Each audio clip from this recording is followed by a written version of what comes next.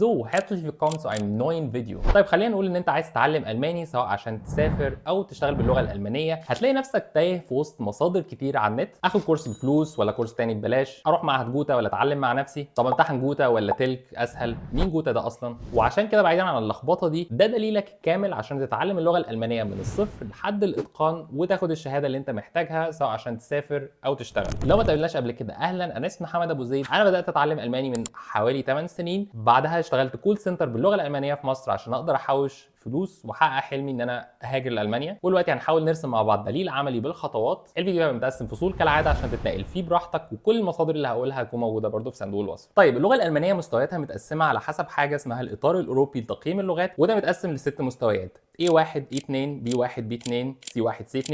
A1 ده اقل حاجه لحد C2 ده اعلى حاجه. مستوى B2 ده المستوى الرابع، ده اللي معظم الاحيان انت تكون محتاجه لو انت هتسافر تدرس او تسافر تشتغل في المانيا، عشان ده بيعبر ان انت عندك قدر من اللغه الالمانيه يخليك انت تتعامل في المواقف اليوميه والعمليه سواء في الشغل او في الدراسه. اللي انت بتعمله ان انت بتحط هدف ان انت عايز توصل للمستوى المعين، بعدها بتحط خطه ازاي اذاكر لحد ما اوصل للمستوى ده، بعدها امتحان معتمد او شهاده معتمده اقدر اقدمها في الجهه اللي انا عايز اعملها. انا عايز مثلا ادرس او عايز اسافر اشتغل، فانت بتقدمها سواء للجامعه او السفاره او مكان الشغل. اعرف ان انا محتاج انهي شهاده او انهي مستوى، دي حاجه سهله بتعتمد انت عايز تعمل ايه بالظبط في اللغه الالمانيه، ودي اهم حاجه في تعلم اللغه، ان انت يبقى عندك هدف واضح. لو انا عايز ادرس في المانيا ففي شهادات معينه اسمها شهادات اكاديميه انت بتحتاجها عشان تقدم في الجامعه. لو انت عايز تشتغل او مثلا تعادل شهادتك زي ما انا كنت عملت، فانت غالبا بتحتاج مش بالضروره شهاده اكاديميه. امثله على ديت امتحان مثلا زي تيست داف او دي اس هات 2 او جوتا او تلك، دي الشهادات العاديه. هحط هنا في صندوق الوصف مخطط بيشرح لك الفروقات ما بين كل شهادات اللغه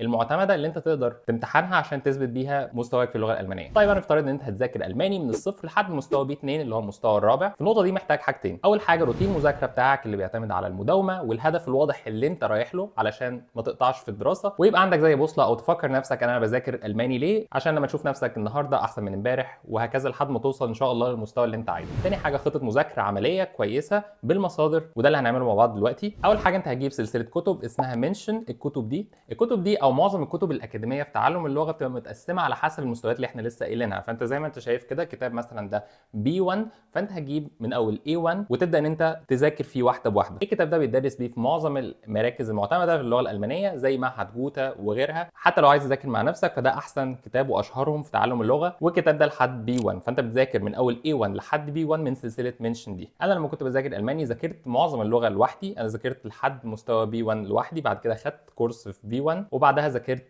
B2 برضو لوحدي وامتحنت امتحان B2. فانا معظم اللغه ذاكرتها لوحدي من غير اي كورس، وكنت بذاكر من الكتاب ده، ما عدا مستوى B1 خدته كله في مركز عشان كنت حاسس ان انا محتاج اقعد مع ناس واحسن النطق بتاعي وما الى ذلك. المذاكره لوحدك اصعب، بس انت تبقى متحكم في حاجات زي رتم المذاكره بتاعك، ان انت ممكن تشد مثلا في المستوى ان انت تذاكر اسرع في مستوى معين لو انت محتاج تمتحن او محتاج تعمل حاجه بسرعه. لو انت بتذاكر مع كورس فممكن الكورس يبقى اسهل عشان انت مش هتبقى مضطر ان انت تترجم كل حاجه وتفهم نفسك كل حاجه لو انت مش فاهمها في حاله انت بتذاكر لوحدك. بس طبعا كل واحد وحالته، ممكن ما يكونش عندك القدره الماديه او الوقت ان انت تروح تحضر كورس، فانت ممكن تعمل ده لوحدك، ودي حاجه ناس كتير عملتها مش انا بس. محتاج بس شويه مداومه ويعني مجهود زياده تبذله. طيب اول مستويين اللي هو A1 و A2، ده اول مستويين في اللغه. انت لسه بتحط رجلك في الميه يعني زي ما بيقولوا، بتحاول ان انت تفهم الحروف، تفهم القواعد الاساسيه. المنحنى بتاع التعليم بيبقى اصعب، كانك يعني طالع كده جبل وانت لسه مش فاهم الدنيا بتمشي ازاي. اللي انت بتعمله ان انت بتمسك الكتاب، وهو الكتاب ده بيجيش كتاب واحد، بيجي كتاب الدراسه اللي هو انا ماسكه في ايدي ده، وكتاب تاني تدريبات. هو مش نفس المستوى بس يعني بيجي كتاب تاني تدريبات. هو المستوى بيبقى متقسم كتاب دراسه وكتاب تدريبات. اللي انت بتعمله ان انت بتمسك كل درس بتذاكره، بتترجم المفردات بتاعته، بتذاكر قواعد الجرامر، بتحل في كتاب التدريبات على الدرس اللي انت لسه اخده، والكتاب بيجي معاه صوتيات بتكون خاصه بكل جزء. اللي انت بتعمله ان انت بتفتح رقم الصوتيات دي اللي جايه مع كل درس وبتسمعها وبتحل الاسئله او بتفهم هما بيحاولوا يقول لك ايه. اي كتاب لغوي بيشتغل على 4 محاور اساسيه اللي هي الاستماع والتحدث والكتابه والقراءه. ولازم تبقى اخد في بالك وانت بتذاكر الماني ان انت بتحاول تنمي ال4 محاور دول بشكل متساوي، ان انت تبقى بتتكلم برضو وبتسمع وفي نفس الوقت عارف ان انت تقرا وتكتب كويس. في الاول مش لازم تركز على كل الحاجات دي مع بعض، انت بتذاكر في اول مستوى، هدفك ان انت تنطق صح، تكتب القواعد البسيطه اللي في الاول صح زي ما هو الكتاب بيقول لك. والكتاب الاكاديمي ده الدراسه الاساسيه بتاعتك. الكتاب لوحده مش كافي، انت محتاج تغمر نفسك بمصادر تانية جانبيه عشان تبقى دايما مع اللغه. تعمل ده ازاي؟ ان انت تسمع كتير. في بودكاست اسمه سلو جيرمان. سلو جيرمان ده انت بتسمع البودكاست او الحديث اللي البودكاست ده بيتقال فيه. الست اللي بتعمل البودكاست دي هي بتتكلم بالراحه، فانت بتقعد تسمع اللي هي بتقوله، وفي نفس الوقت انت ممكن تحمل البي دي اف اللي مكتوب فيه الكلام اللي انت بتسمعه في البودكاست. فاللي انت بتعمله ان انت ببساطه بتقعد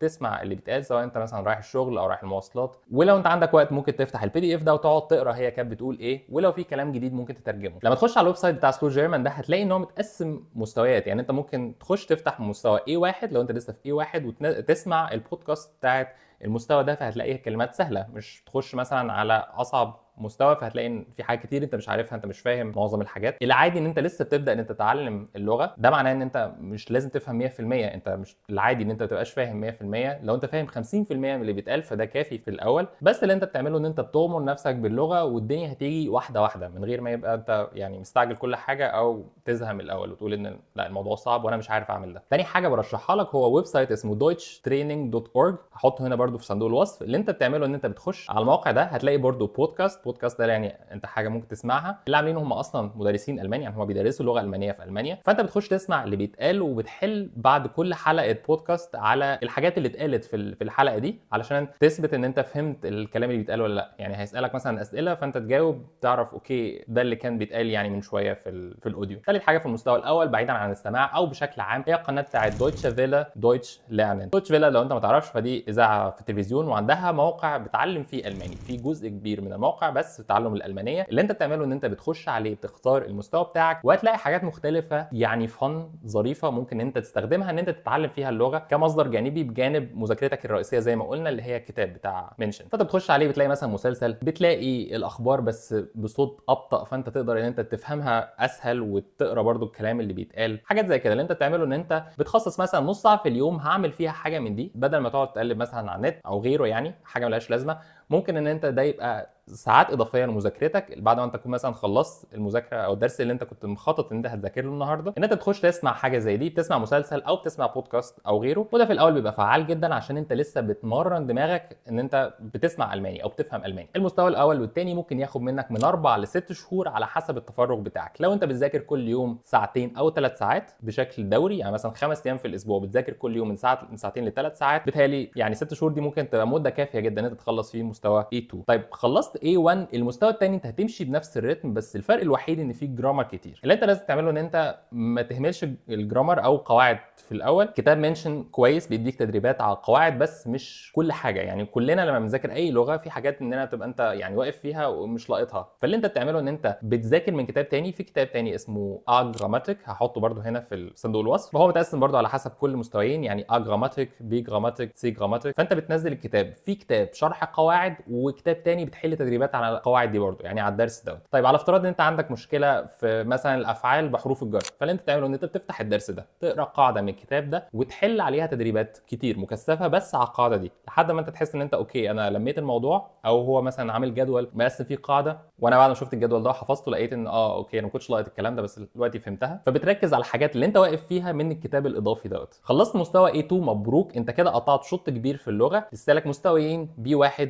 وB2. مستوى B1 غالبا هيبقى اصعب سنه من اللي فات علشان انت خلاص بقيت متمارس في اللغه. حاجتين لازم تعرفهم في مستوى B1 انت بتخلص في كل القواعد اللغويه بتاعت اللغه الالمانيه في المستوى ده. يعني بعد ما تخلص كل الجرامر في B1 فما فيش قواعد ثانيه جديده، يعني كل بس اللي جاي مفردات وان انت ازاي تبقى متمكن اكتر في الحديث والكتابه وما الى ذلك. عشان كده مستوى B1 مش لازم يتقلب وانت بتذاكره، فانت يعني ممكن تديله وقته. هو اصلا معظم الوقت ممكن تاخد له مثلا مش اقل من 4 شهور مذاكره لو انت بتذاكر بنفس الريتم اللي هو ساعتين 3 في اليوم. بس انت دلوقتي بقيت شاطر، انت عارف تتكلم على الاقل، بتعرف تعبر عن نفسك، تتكلم في المواضيع الاساسيه والقرايه وما الى ذلك. انت مخلص A2 دلوقتي. هتكمل برضو دراسه من كتاب منشن كالعاده. نصايحي ليك في المستوى ده دور على حد تتكلم معاه. لو انت مش بتتكلم مع حد او انت بتذاكر لوحدك مش مع كورس او كده، فحاول ان انت تدور على حد بيتعلم برضو اللغه الالمانيه تتكلموا مع بعض، او في احسن الاحوال ان انت تتكلم مع حد الماني او لغته الام الماني. اللي اعرفه ان في ابلكيشنز ممكن تعمل فيها الكلام ده، بس يعني معظم الاحيان الناس اللي بتخش على الابلكيشنز دي معظمهم بيبقوا عايزين يمارسوا اللغه، والناس الالمان او لغتهم الام الماني بيبقوا اقل كتير من